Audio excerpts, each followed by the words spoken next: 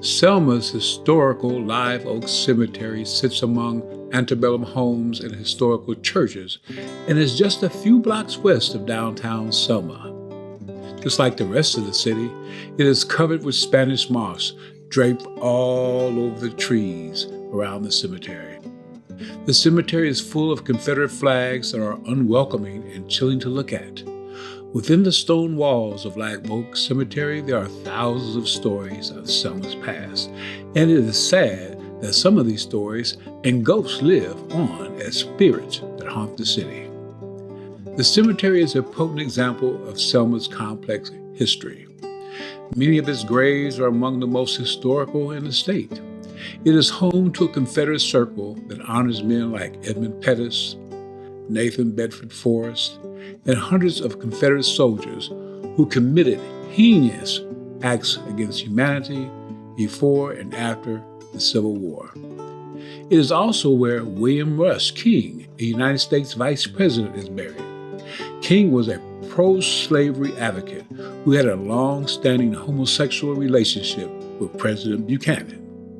The Confederate circle in the center of the cemetery is guarded by a tall, stark monument with the Confederate soldiers standing tall at the top, looking down ominously at all who come before it. There are over 80 metal plaques that clearly frame Selma as a victim during the Civil War, some referring to Abraham Lincoln as being hostile to the peace and security of the people of Alabama. During the period of Reconstruction between 1863 and 1877, there were many former slaves throughout the South who are now eligible to vote and run for public office. One of those graves on the far east of the grounds belongs to Benjamin S. Turner, who in 1870 became the first Black Alabamian elected to the U.S. Congress. Born into slavery, he moved to Dallas County, where he learned to read and write.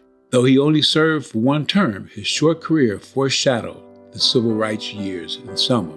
During the Civil War, Turner was selected to manage the St. James Hotel, one of the finest in Selma. He also ran a livery business on the side of the river and became one of the wealthiest freemen in the state with a personal fortune of over $12,000.